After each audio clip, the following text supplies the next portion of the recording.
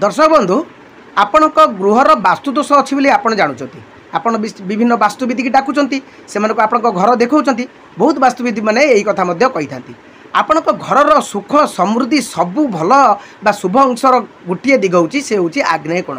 आग्नेय कोणटी कोटा ना आपणकर दक्षिण पूर्व कोण जोटा कहते साउथ ईस्ट कोण। ये जो दक्षिण पूर्व कोण रे आपण घर बाहर आपण गोटे डालिंब गछ लगातु।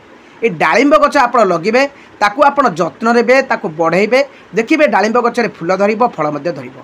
आपणकर ये डालिंब गछटी जेते वृद्धि पाइब आपण डालिंब गछटी जेते भलरे बढ़िब आपण घर सेते सुख वृद्धि आपण पाखु आसीब आपणकर धन प्राप्ति हम कारण आग्नेय कोणटा होची आपणकर शुक्रंकर स्थान आ से शुक्रंकर स्थान रे आपण जदि डालिंब गछ लगेबे आपण घर समस्त वास्तुदोष कटिबा सहित आपणकर से दिगरु अर्थ आसबार मार्ग मध्य खोलीजिव।